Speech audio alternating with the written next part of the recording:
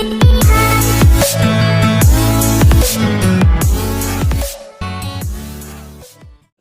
ketika dia hendak mau meninggalkan murid-muridnya, amen, haleluya, dia akan kembali kepada mereka yang mengasihi Kristus, yang adalah murid Yesus Kristus. Amin.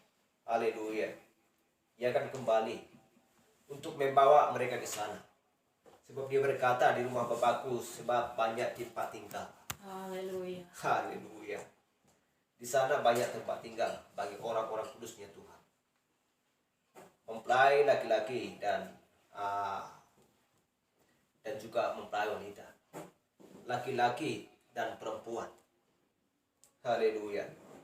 Jadi Yesus Kristus sudah menetapkan dan sudah memberikan petunjuk kepada murid-muridnya, memberikan petunjuk kepada orang-orang percaya, di mana dia sedang mengajar semua umat yang takut akan dia, yang mau menerima perintahnya, yang mau melakukan perintahnya.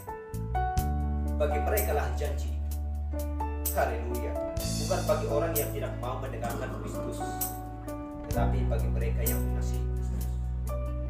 Haleluya. Itulah sebabnya tubuh jasmani akan tinggal atau akan diubahkan. Artinya tinggal bukan berarti tubuh kita ini kita bawa ke surga, tetapi tubuh Teofani sedang menantikan, tubuh yang baru sedang menantikan. Sebagaimana dengan dunia ini akan diganti, haleluya, menjadi rumah yang kekal, yaitulah surga yang turun dari surga ke bumi. Itulah Yerusalem yang baru. Haleluya. Jadi di sana tidak ada kematian, tidak ada keluhan, tidak ada keinginan, tidak ada hal yang lain. Hanya satu keinginan di sana, hanya menyembah Tuhan yang kekal. Amin. Haleluya. Itulah sebabnya apabila kita memiliki sudah tubuh Teofani, dan kita harus memiliki, haleluya, yaitu sistem kekekalan. Hanya satu kekekalan dan hanya satu yang kekal. Haleluya. Itulah yang tidak bisa berakhir. Haleluya. Mari kita berdoa. Bapa kami yang terkasih dalam surga, kami mengasihi Engkau Tuhan. Engkau terlebih dahulu mengasihi kami. Bapa yang baik, Engkau melihat kami apa adanya pada waktu yang indah ini. Tapi Bapa yang baik, kami percaya pada 2-3 orang berkumpul di dalam nama-Mu, maka ada di tengah-tengah. Bapa yang baik, kami yakin bahwa Roh Kudus akan mengajar dan memimpin kami pada waktu yang indah ini. Mengajar kami dalam roh dan kami membuka hati kami Tuhan. Kami tahu bahwa Engkau memberikan makanan Tuhan, itu firman-Mu zaman. Daging segar yang Kau hidangkan bagi kami, bagi anak-anak-Mu yang Engkau kasihi. Bapa di surga, biarlah kami serahkan Tuhan pembacaan firman-Mu, biar Engkau memberikan hikmat lebih lagi pada kami, yaitu hikmat dari surgawi, pengetahuan akan firman.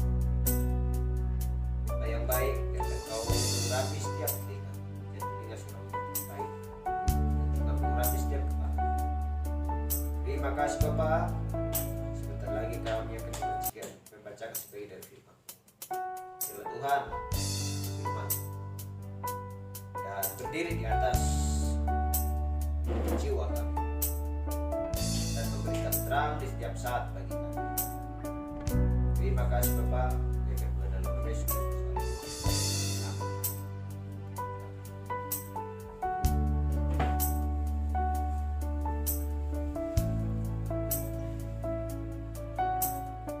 Haleluya.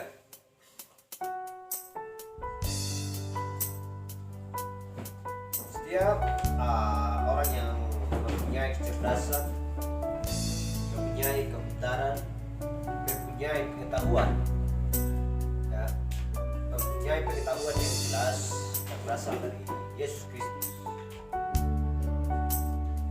Pasti hidupnya sederhana dan pengetahuan pun juga sederhana, perbuatan pun juga sederhana. Karena Yesus Kristus ada di dalam kesederhanaan. Jadi anaknya pun akan melakukan hal yang sama. Haleluya. Jadi tidak ada yang sulit untuk membahas atau mempelajari firman Tuhan. Kenapa? Karena Roh Kudus yang mengajar. Pewahyuan datang selalu kepada setiap mempelai itu. Haleluya. Jadi bagaimanapun,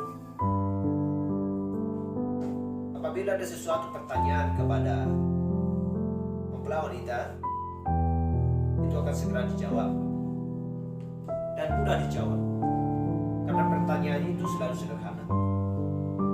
Dan bagaimana dengan murid-murid Yesus Kristus? Kalau ada orang bertanya, mereka menjawab dengan sederhana.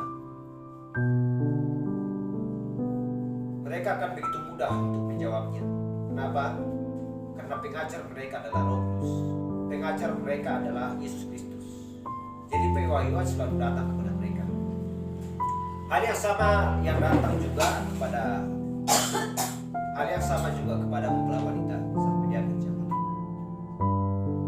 Haleluya. Itulah sebabnya dan kita menginginkan lebih lagi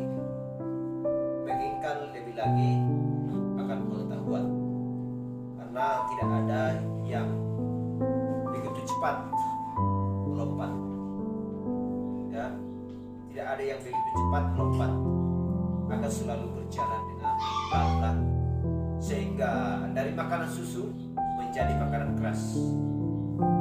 Haleluya. Itulah sebabnya selalu dari kecil sampai remaja sampai dewasa, sehingga menjadi orang tua.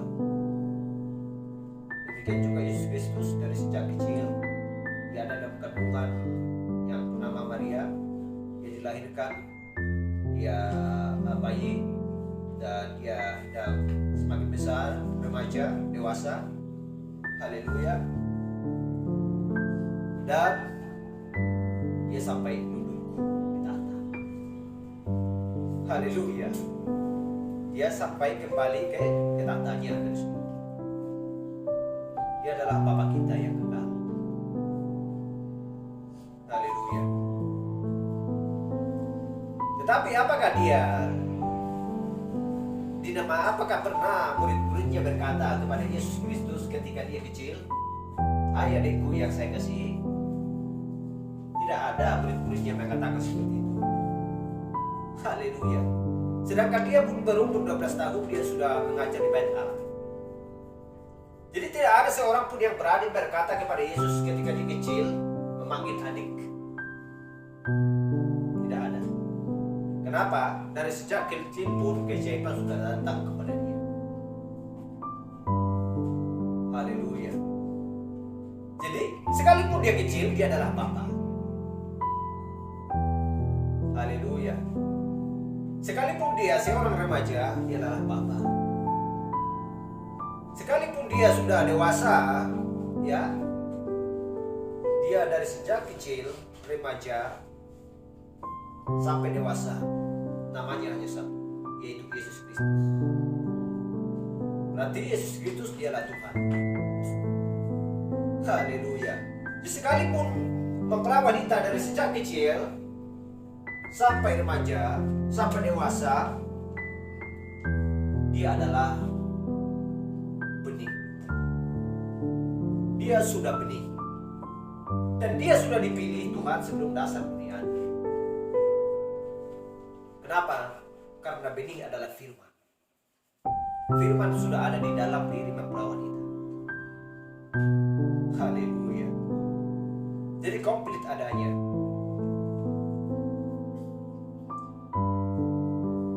Sekalipun sejak kecil atau remaja melakukan yang salah, berbuat dosa, tetapi Yesus Kristus sangat mengasihi pilihannya.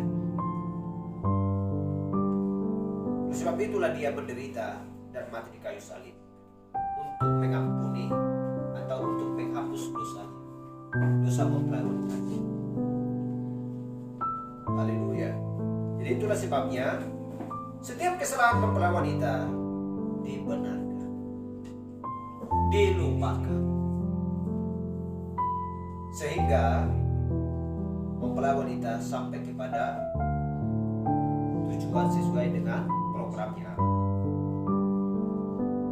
Haleluya. Tetapi banyak hal yang harus dilalui oleh mempelai wanita, di mana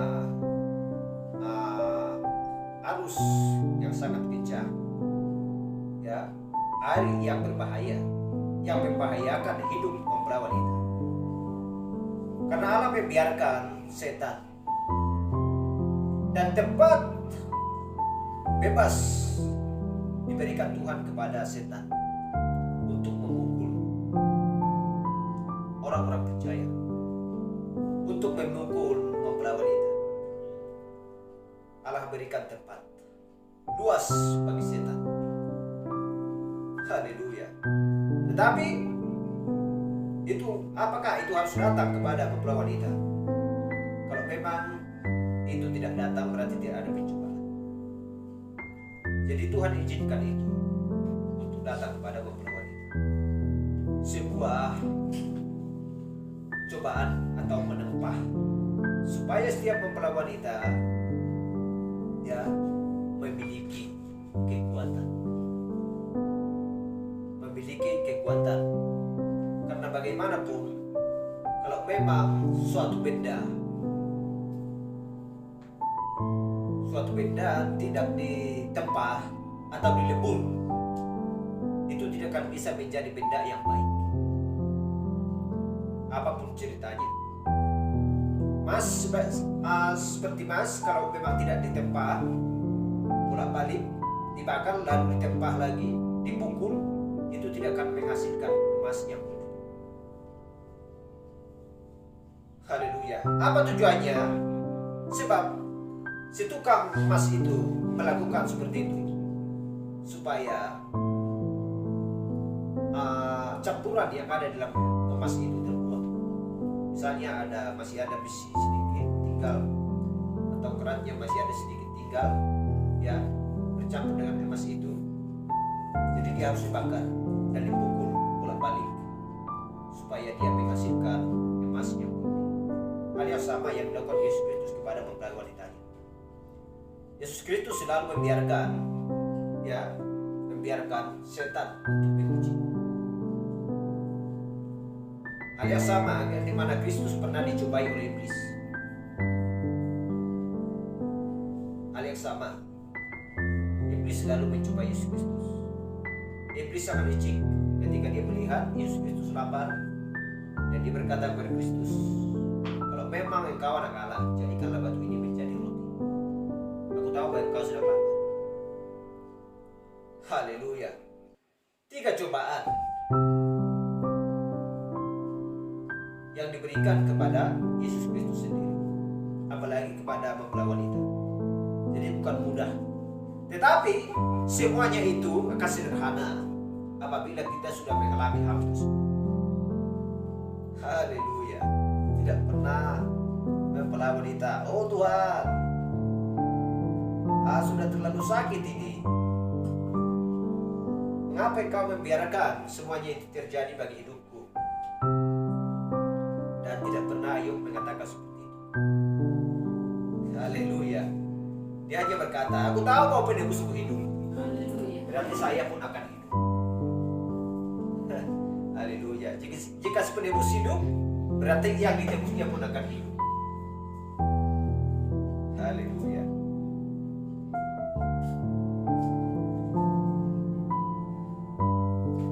Jadi kita tahu bahwa apa yang akan kita ucapkan harus bukan sekedar mengucapkan karena kita dikumpulkan dikumpulkan bersama-sama untuk sembarangan mengucapkan tentang sesuatu, tetapi oleh lewat kewahyuan Yesus Kristus. Haleluya. Karena ini semuanya bukan hasil dari pikiran kita, dari keinginan kita, tetapi oleh karena dari keinginan Yesus Kristus. Mari kita buka kitab kita yang tertulis di kitab Ibrani ayat 1 sampai 3.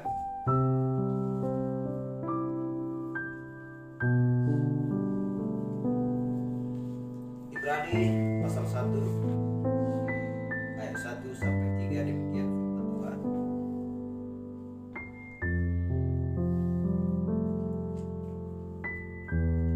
Setelah pada zaman dahulu Allah berulang kali dan dalam berbagai cara berbicara kepada nenek moyang kita dengan perantaraan nabi-nabi.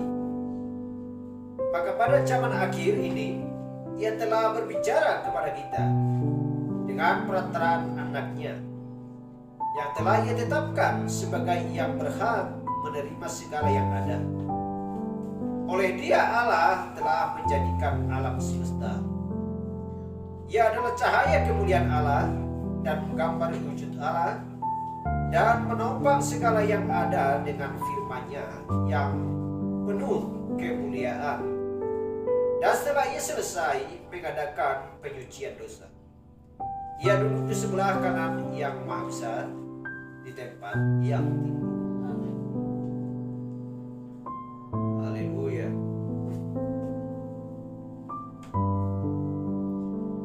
Jadi dikatakan, setelah pada zaman dahulu Allah berulang kali dalam berbagai cara berbicara kepada nenek moyang kita dengan perantaraan nabi-nabi. Perantaraan nabi-nabi bukan berarti Allah langsung berbicara kepada individu, tetapi melalui harus perantaraan nabi-nabi sesuai dengan yang tertulis Samus 37. Tetapi pada hari-hari terakhir ini Ia telah berbicara kepada kita dengan perantaraan anaknya yaitu Yesus Kristus yang telah menjadi daging, yang telah Ia tetapkan sebagai yang berhak menerima segala yang ada. Oleh Dia Allah telah menjadikan alam semesta. Ia adalah cahaya kemuliaan Allah. Kristus adalah kemuliaan. Kristus adalah cahaya kemuliaan Allah dan gambar wujud Allah dan menopang segala yang ada. Ya, bukan separuh, bukan seperempat, bukan 99%, tetapi menopang segala yang ada dengan firman-Nya, bukan dengan kekuatan manusia, bukan dengan keintelektualan manusia, tidak, tetapi dengan firman-Nya yang penuh kemuliaan. Dan setelah itu selesai mengadakan penyucian dosa, Ia duduk di sebelah kanan yang maha besar di tempat yang tinggi. Haleluya. Jadi sungguh sebuah pembacaan yang indah yang tertulis di kitab Ibrani. Sehingga untuk menyatakan Yohanes 1 ayat 1. Apa yang sedang tertulis di sana? Pada mulanya adalah firman, dan firman itu bersama-sama dengan Allah, dan firman itu adalah Allah sendiri. Jadi kalau kita melihat, ya, kita melihat apa yang dikatakan di sana. Ia duduk sebelah kanan yang maha besar di tempat yang tinggi. Siapakah yang sebenarnya di sana yang duduk? Di sebelah kanan Allah. Siapa yang pernah melihat di sana? Adalah Yohanes. Berapa orang kira yang dilihat Yohanes di sana di surga yang duduk di tahta tersebut? Adalah hanya satu orang. Tidak ada dua orang. Haleluya. Jadi pewahyuan sangat sederhana bagi orang-orang percaya. Untuk menunjukkan bahwa Yohanes 1 ayat 1. Bahwa dia adalah firman. Bahwa firman itu adalah Allah. Dan firman itu adalah Allah sehingga firman itu menjadi daging. Siapa yang menjadi daging? Yesus Kristus. Di mana tertulis Yohanes 1 ayat 14. Haleluya. Jadi sangat sederhana.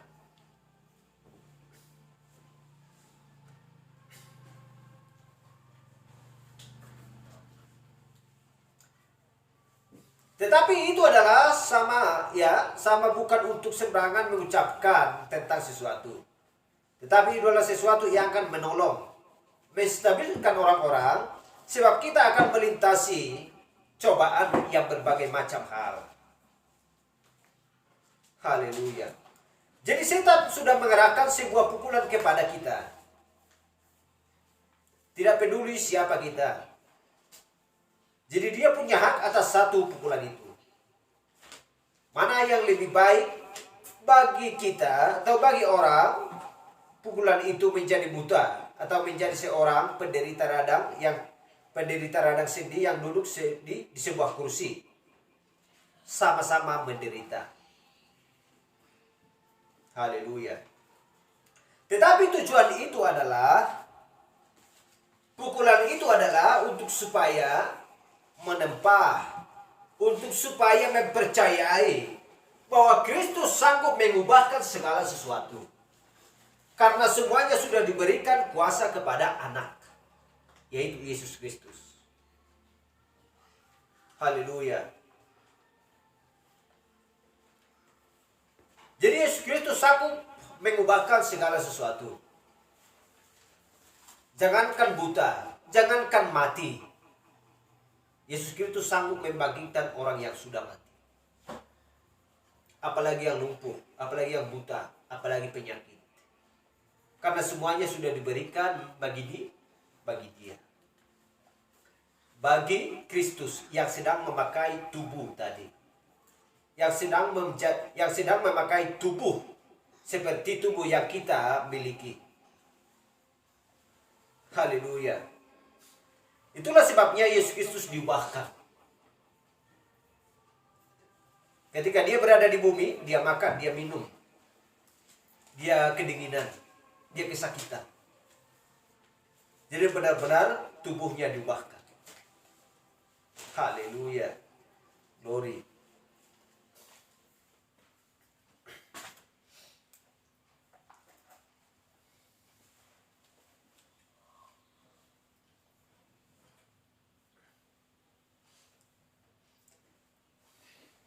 Jadi kita lihat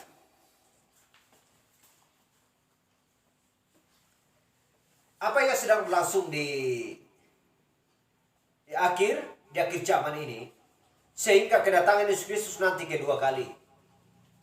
Apa yang sedang berlangsung di situ?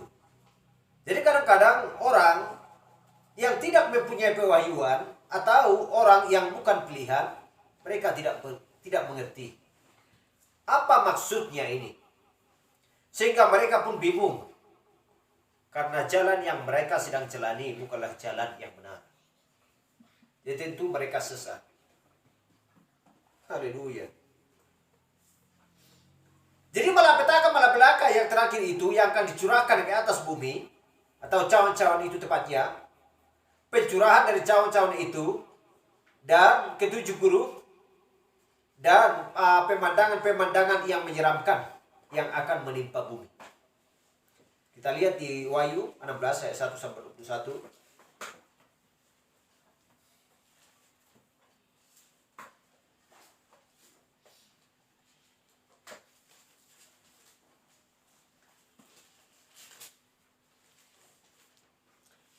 Dan aku mendengar suara yang nyaring dari dalam bait suci berkata kepada ketujuh malaikat itu, Pergilah dan tumpahkanlah ketujuh cawan murka Allah itu ke atas bumi. Maka pergilah malaikat yang pertama dan ia menumpahkan cawannya ke atas bumi. Maka timbullah bisul-bisul yang jahat dan yang berbahaya pada semua orang yang memakai tanda dari binatang itu dan yang menyembah patungnya. Haleluya. Kita lihat sampai ayat ke-21. Dan malaikat yang keenam menumpahkan cawannya ke atas sungai yang bernama Sungai Efrat. Lalu keringlah airnya, supaya siaplah jalan bagi raja-raja yang datang dari sebelah timur. Dan aku melihat dari mulut naga, dan dari mulut binatang, dan dari mulut nabi palsu itu,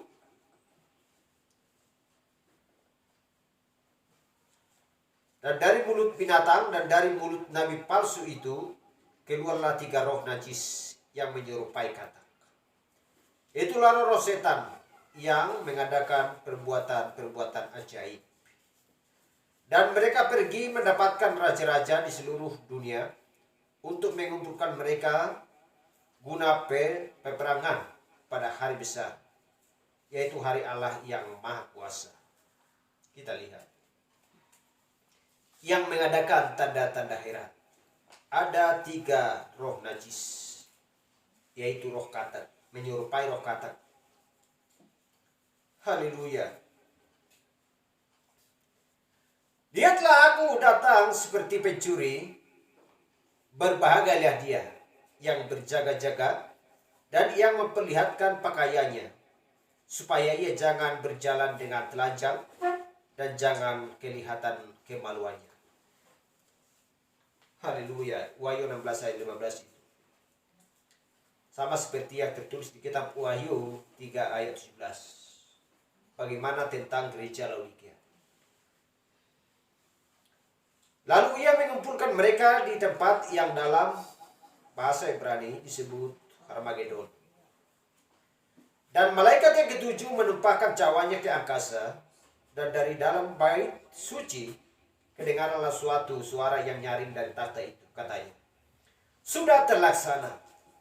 Maka memancarlah kilat dan menderulah bunyi guru, dan terjadilah gempa bumi yang dahsyat, seperti belum pernah terjadi sejak manusia ada. Sejak manusia ada di atas bumi. Begitulah hebatnya gempa bumi itu. Lalu berbelahlah kota besar itu menjadi 3 bagian, dan runtuhlah kota itu, kota bangsa-bangsa yang tidak mengenal Allah.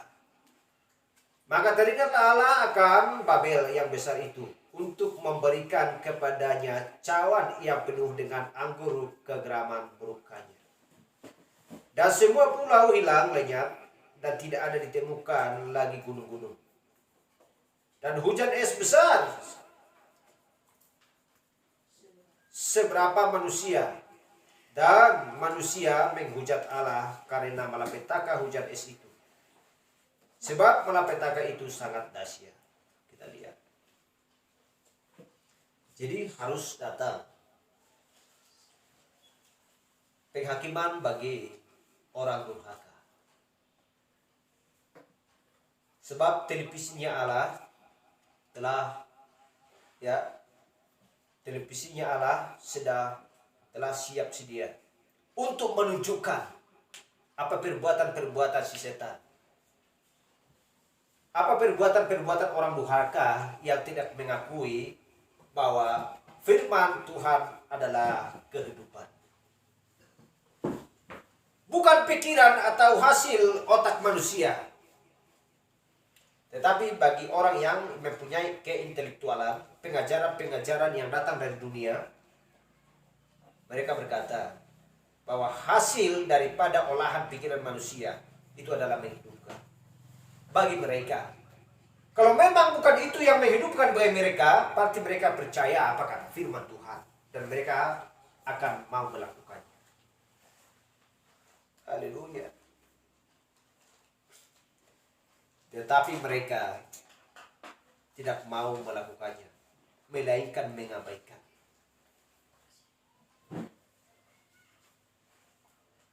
Haleluya.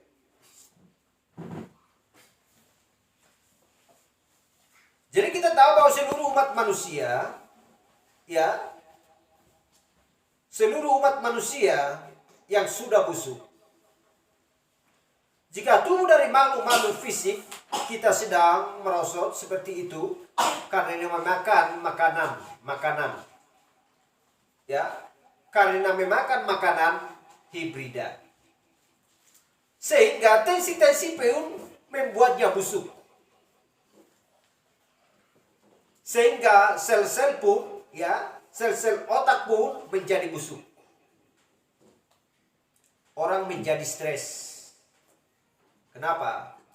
Karena sudah berbagai macam diperbuat kepada hibrida. Haleluya. berbagai macam yang dibuat untuk kepada makanan atau kepada tumbuh-tumbuhan, kepada benih, untuk supaya merusak tubuh manusia, merusak otak manusia. Haleluya. Sehingga ia pun pergi ke rumah sakit untuk kontrol atau diperiksa. Sehingga dokter pun berkata, tidak ada penyakit yang lain di dalam tubuhmu. Tidak ada yang salah. Jadi kenapa saya begini. Saya selalu stres setiap hari. Padahal, kenapa dia stres? Hanya untuk memikirkan pekerjaannya yang begitu banyak. Pastilah stres.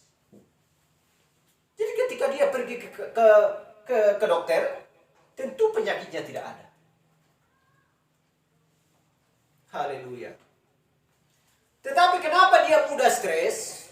Oleh karena makanan yang dikonsumsi tadi tidak pas. Haleluya. Hal yang sama juga yang melakukan kebenaran firman Tuhan.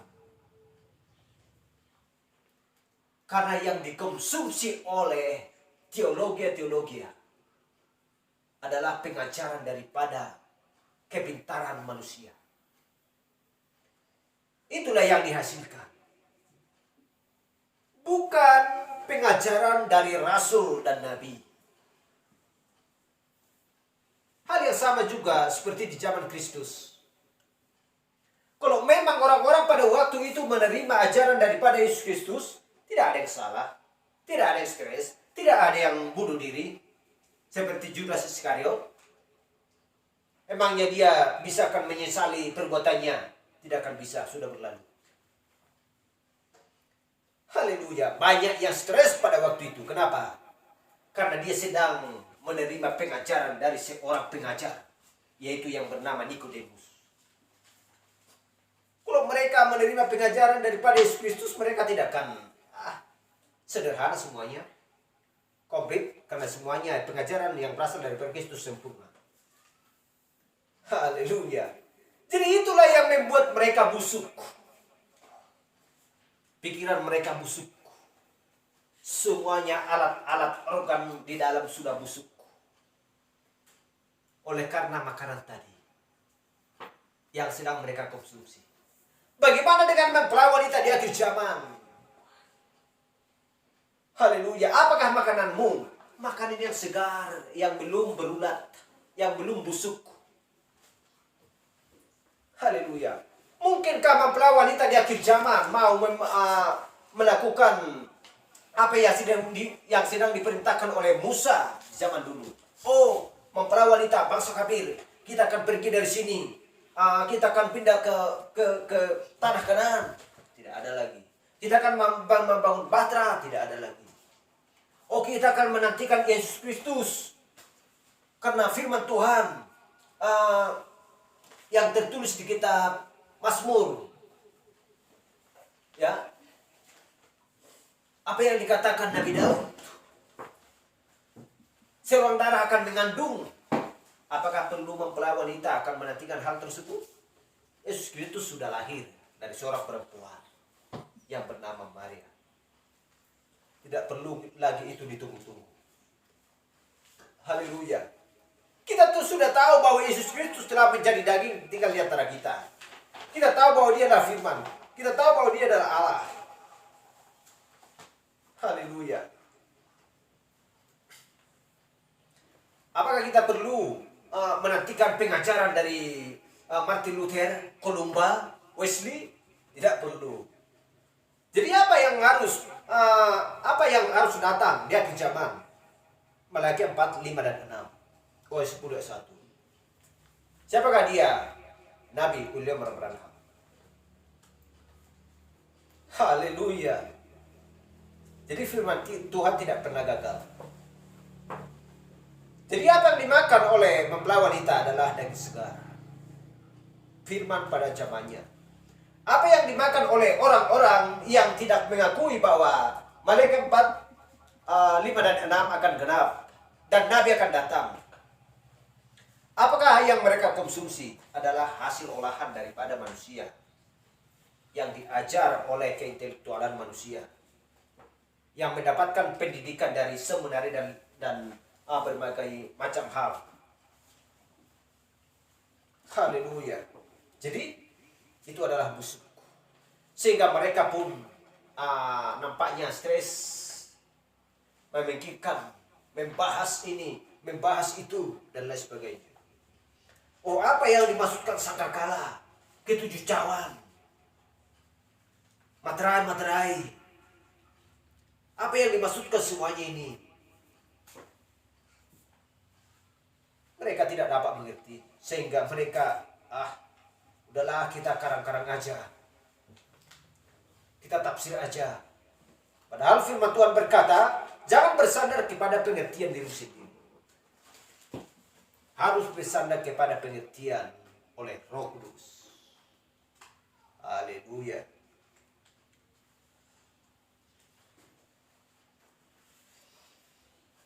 Jadi sehingga setan pun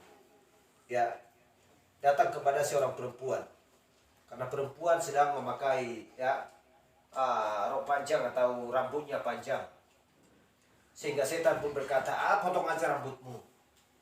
Tujuannya bukan untuk menyelamatkan, tetapi untuk menyiksa. Haleluya. Untuk menyiksa. Itulah makanan yang busuk tadi.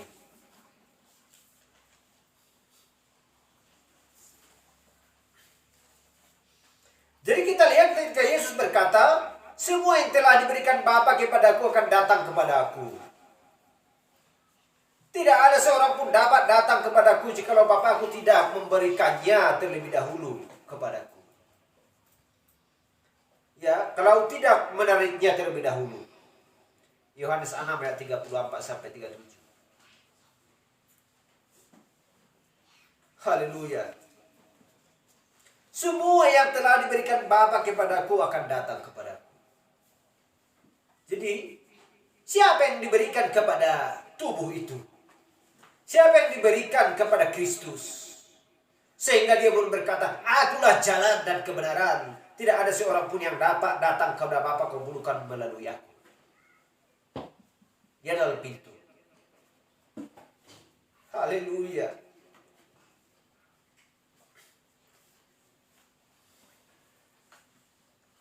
Kenapa dikatakan seperti ini? Seperti itu. Untuk menggenapkan firman Tuhan. Apakah itu? Ketika Yesus Kristus disalibkan. Di sanalah semuanya penebusan itu. Jadi kalau kalau ada pun seorang datang kepada yang lain tanpa melalui Yesus Kristus, berarti tentu dia tidak akan diselamatkan. Harus melalui tubuh yang dipakai oleh Allah. Menyelubungi Allah sendiri. Haleluya. Hanya dialah jalan. Dialah air kehidupan. Dialah yang mengampuni segala dosa. Dialah yang mengampuni segala kesalahan. Jadi hanya melalui Dia. Jadi tidak ada yang tinggal satu orang pun. Semuanya harus datang. Siapa yang ditarik oleh Bapakku akan datang kepadaku. Haleluya.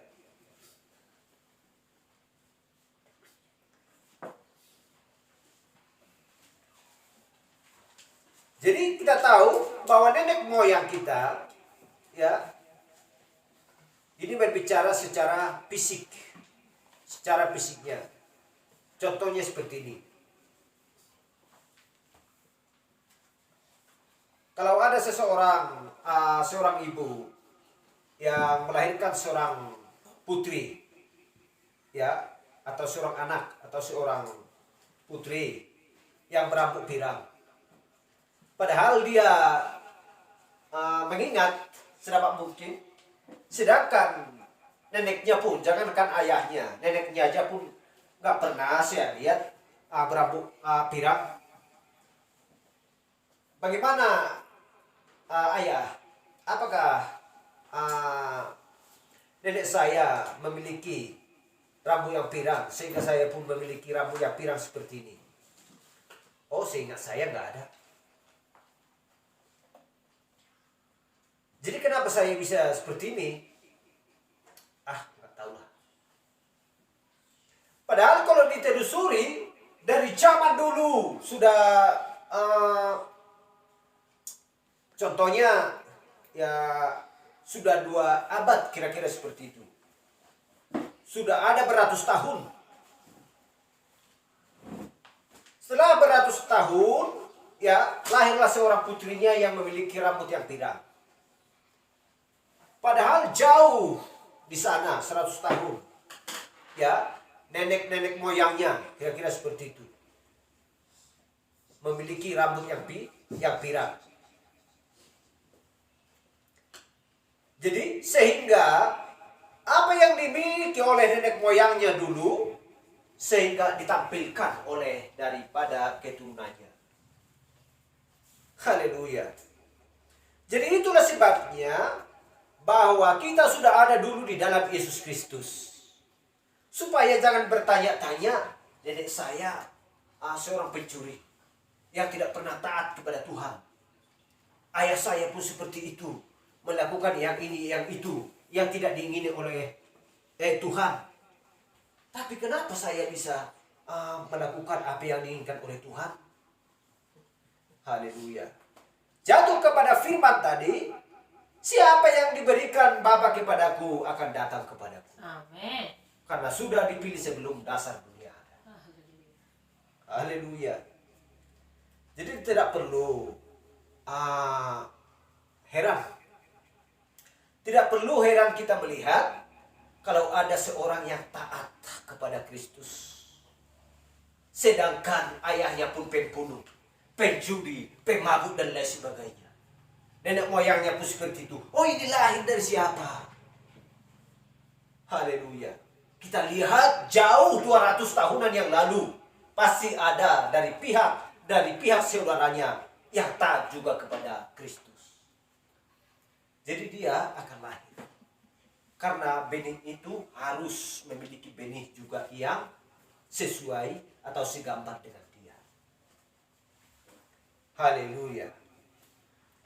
Itulah sebabnya seperti yang tertulis kitab Ibrani pasal 7.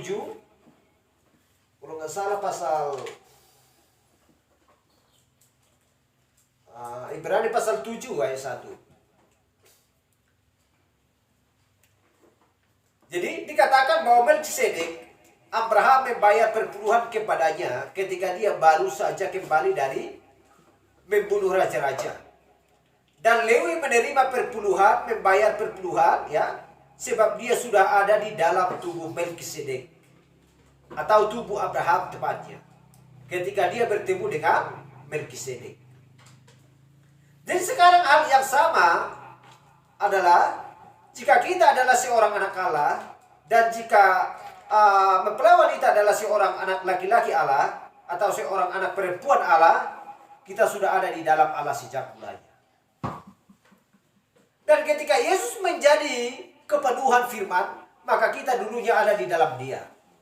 Bentuknya bakal benih. Ketika dia dulu disalibkan, kita sudah disalibkan di dalam tubuhnya. Ketika dia bangkit dari antara orang mati, kita sudah bangkit dengannya. Haleluya.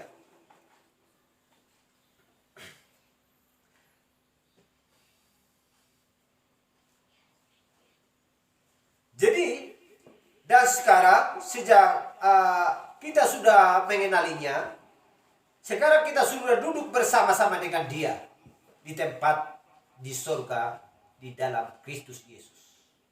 Efesus 2 ayat 6. Haleluya. Mari kita baca sebentar.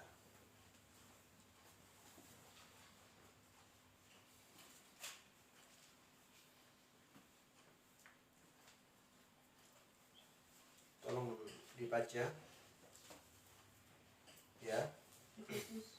Efesus 2 ayat 6. Demikian firman Tuhan. Dan di dalam Kristus Yesus ia telah membangkitkan kita juga dan memberikan tempat bersama-sama dengan Dia di surga. Amen. Dan di dalam Kristus Yesus ia telah membangkitkan kita juga dan memberikan tempat bersama-sama dengan Dia di surga. Haleluya. Jadi ketika Yesus Kristus bangkit dari antara orang mati, kita pun sudah bangkit dari antara orang mati. Sekalipun kita masih memiliki tubuh jasmani. Haleluya. Jadi sebab dia, jika kita adalah anak-anak laki-laki dan anak-anak perempuan Allah, kita adalah anak-anak Allah. Maka kita adalah atribut-atributnya Allah. Maka kita memperoleh kehidupan kekal. Dan Allah adalah satu-satunya kehidupan kekal yang ada. Jadi dulu kita sudah ada di dalam Dia sejak mulanya. Dan ketika Yesus Kristus menjadi seluruh firman itu, maka kita adalah bagian dari Dia pada waktu itu. Begitulah kita. Ketika itu ada di sana, tidak ada iblis, tidak ada kuasa-kuasa, tidak ada apapun yang dapat menggesernya. Haleluya. Itulah tiang pengikat dari jiwa itu. Amen. Haleluya.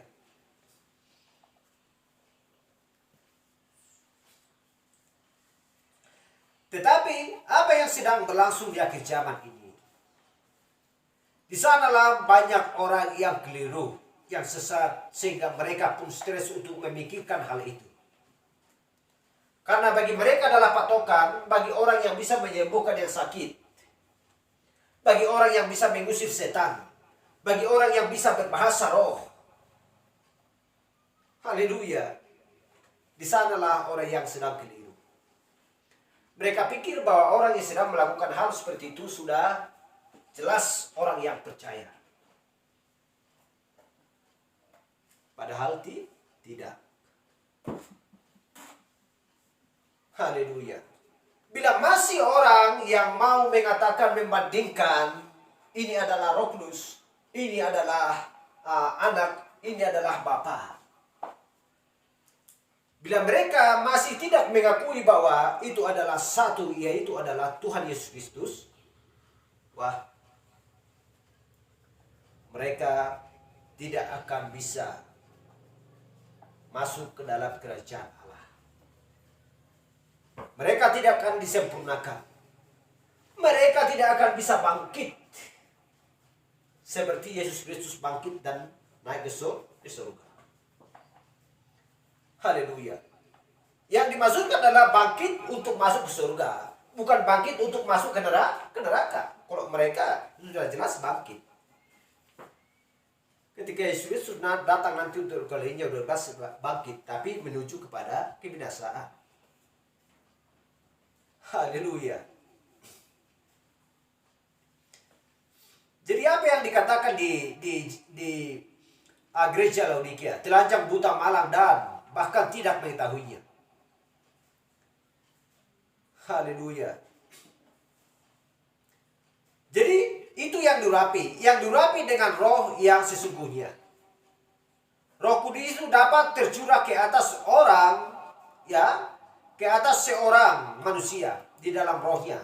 Tetapi jiwanya adalah bakal benihnya. Bakal benih itu adalah firman. Dan bagaimana?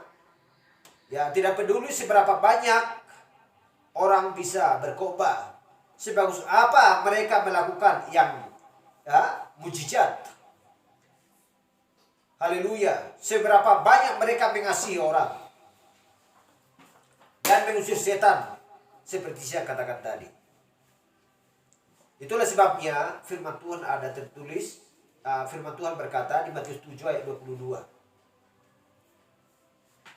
Haleluya. Dari ayat 21 sampai 23. Bukan setiap orang yang berseru-seru kepada aku Tuhan, Tuhan, masuk ke dalam kerajaan surga. Jadi siapa yang masuk? Melainkan ia melakukan kehendak Bapakku di surga. Ayat 22. Apa yang dikatakan? Pada hari terakhir banyak orang berseru-seru kepada aku Tuhan, Tuhan, bukankah kami berbuat mengusir setan, ya, dan lain sebagainya. Sehingga Yesus Kristus langsung menjawab. Pada waktu itulah aku terang kepada mereka dan berkata, aku tidak pernah mengenalmu. Enyahlah daripadaku kamu sekalian pelaku kejahatan. Haleluya. Padahal orang tidak mengaku, pada mulanya adalah firman. Yohanes 1 ayat 1. Kalau orang sudah mengaku bahwa Yohanes 1 ayat 1, sudah tentu bahwa dia berkata bahwa firman itu adalah Allah. Bahwa firman itu menjadi daging dan tinggal di antara kita. Cuma dia hanya memakai tubuh jasmani. Haleluya. Bagaimana ketika Melkisedek menjumpai Abraham dan berjanji kepada Abraham, bulan depan engkau akan melahirkan seorang anak. Sehingga Sarah pun tertawa. Siapa sebenarnya dia yang tidak mempunyai ayah dan ibu? Haleluya. Dia adalah Allah sendiri. Yang bercakap-cakap dengan Abraham. Mereka makan dan minum. Haleluya.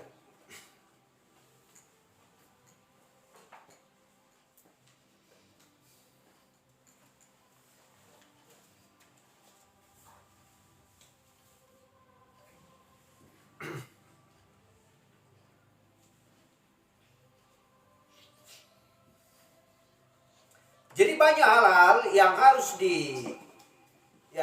dimohonkan kepada Kristus supaya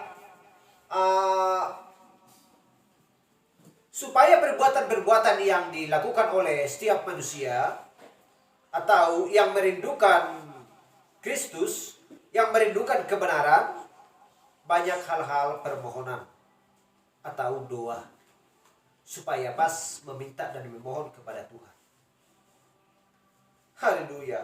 Tuhan, engkau bahkan pikiran saya kepada kehendak-Mu. Dan kehendak-Mu tertulis di dalam kitab ini. Dan Tuhan, jangan biarkan saya pergi sebelum engkau mendapati pikiran saya sudah pas seperti pikiran-Mu. Dan kemudian ketika pikiran saya sudah pas seperti pikiran-Mu, maka saya akan percaya kepada setiap firman yang sudah engkau tuliskan.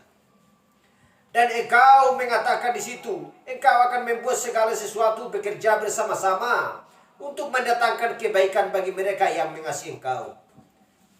Dan saya mengasihi engkau, Tuhan. Itu semua bekerja untuk mendatangkan kebaikan. Kita baca dulu kitab Roma ayat 28.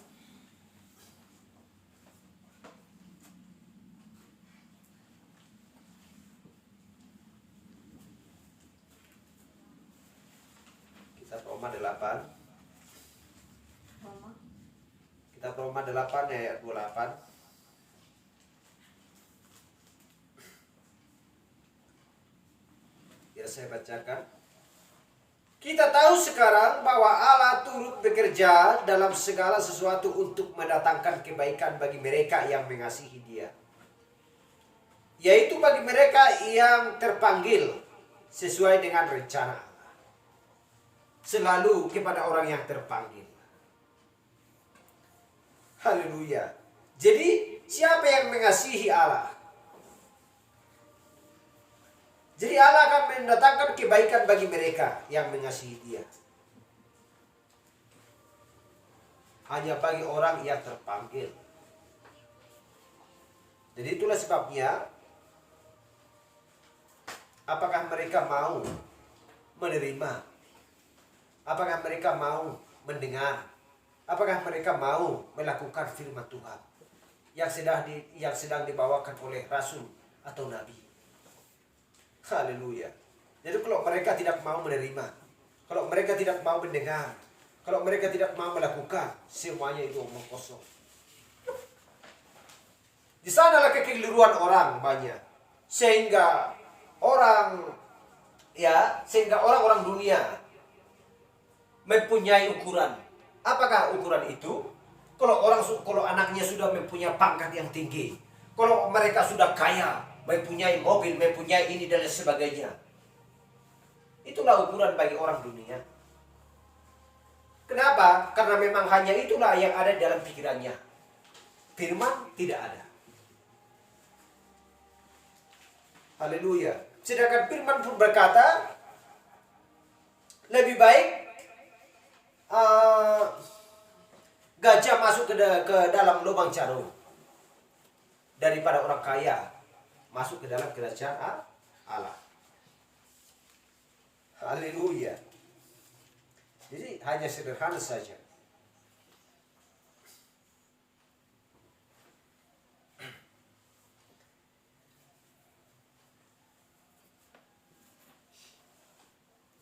Jadi kita tahu bahwa Alkitab bukanlah sebuah buku sistem.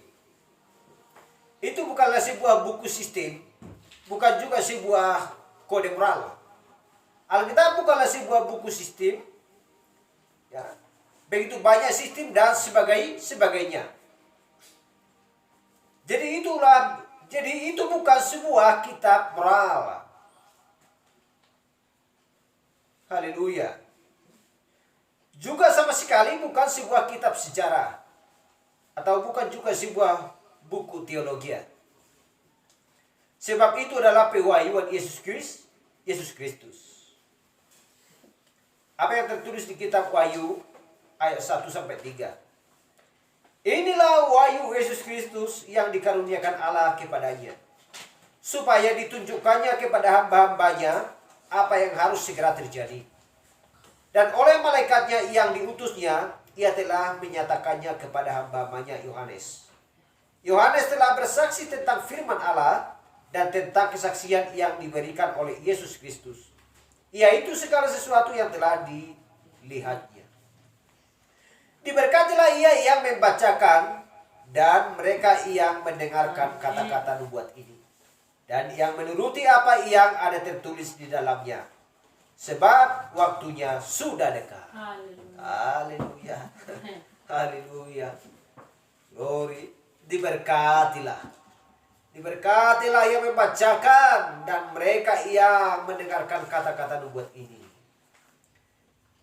dan yang menuruti apa yang ada tertulis di dalamnya, sebab waktunya sudah dekat. Ngaco waktu dah muna, buhara mahitaon. Elaono nama mobil. Ay berang ko, buhara donon. Mangalian aka tuni dubi. Buhara japigin na. Jamoro pasi ko berangkat do mobil ta. Situng buhara ma. Hapi barang ko masa balo dunia song ko be. Situ Saudi ba tinggal na mahula. Iba ni. Oh ngaro betong mobil ini. Atau kamu masuk apa dong? Mulai isang tahun na nasibukan. So, wama. Saya usaha untuk membuat persiapan lakar yang asal doh tiba. Happy buhama nih. Bapak di sini pehulun na bedagedang lausan. Pehulun na madusi, pehulun na minum, pehulun na tenggen. Nang gua betul ya suara. Baik na yung pa. Happy hamon non, lawan tu pesta ya di mangan lang hamon non. Oh, sonak na nilalang ba?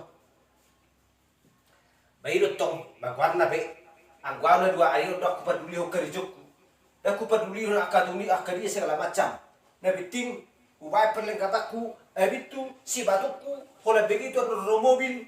Oh, itu naik tu mobil, itu berangkat. Itu bisa mamangan lagi. Sonak. Haleluya. 5 gadis bijak sedang mempersiapkan pakaiannya. Mereka tidak pernah ketiduran. Mereka tidak pernah menghabiskan minyak untuk keinginannya sendiri. Tetapi untuk keinginan si pria yang sedang datang. Haleluya. Karena laki-laki sedang sebentar lagi akan datang. Waktunya sudah hampir tiba. Ketika Yesus Kristus datang, langsung mereka bangkit untuk menyongsong dia. Haleluya. Jadi Yesus Kristus pun tahu, oh, sebelum aku datang, rupanya engkau sudah mempersiapkan persiapanmu. Engkau sudah memperlengkapinya. Sehingga mereka pun berkata, ya Tuhan. Udah, ayo berangkat sama denganku. Haleluya. Jadi bagaimana dengan gadis bodoh? Nggak perlu. Tutup pintu bagi mereka. Biarkan aja mereka tinggal di dalam kegelapan dengan gertakan gigi menangis, menjerit oleh karena kesakitan. Haleluya. Jadi Alkitab adalah pewahyuan Yesus Kristus yang lengkap. Dan itu ditulis oleh para nabi. Ibrani 1 ayat 1. Allah berulang kali berbicara kepada nenek moyang kita melalui nabi-nabi. Maka pada hari-hari terakhir ini ia telah berbicara kepada kita melalui anaknya Yesus Kristus. Yang adalah para nabi. Mereka semuanya dikumpulkan menjadi satu. Karena Yesus adalah Maleaki. Yesus adalah Yeremia, Yesaya, Elia. Mereka semua dulunya ada di dalam Dia. Dan segenap orang percaya juga ada di dalam Dia. Haleluya. Perkataan saksi-saksi atas firman. Haleluya. Jadi itu bukanlah kitab sistem atau sebuah kode etik moral. Bukan juga kitab sejarah atau sebuah kitab teologi. Tetapi itu adalah pewahyuan Yesus Kristus. Allah dirinya yang disingkapkan dari firman menjadi daging. Demikianlah itu. Alkitab adalah firman dan Allah adalah daging. Allah di dalam, Allah adalah firman tepatnya. Dan Yesus menjadi daging, itu adalah pewahyuan bagaimana Allah. Firman. Dulunya dimanifestasikan di dalam tubuh manusia dan yang dinyatakan kepada kita. Dan itulah sebabnya dia menjadi seorang anak Allah. Dia adalah bagian dari Allah. Haleluya. Mari sampai di sini pembahasan kita. Haleluya, kita sudah membaca firman Tuhan yang sempurna ini untuk menghidupkan jiwa kita.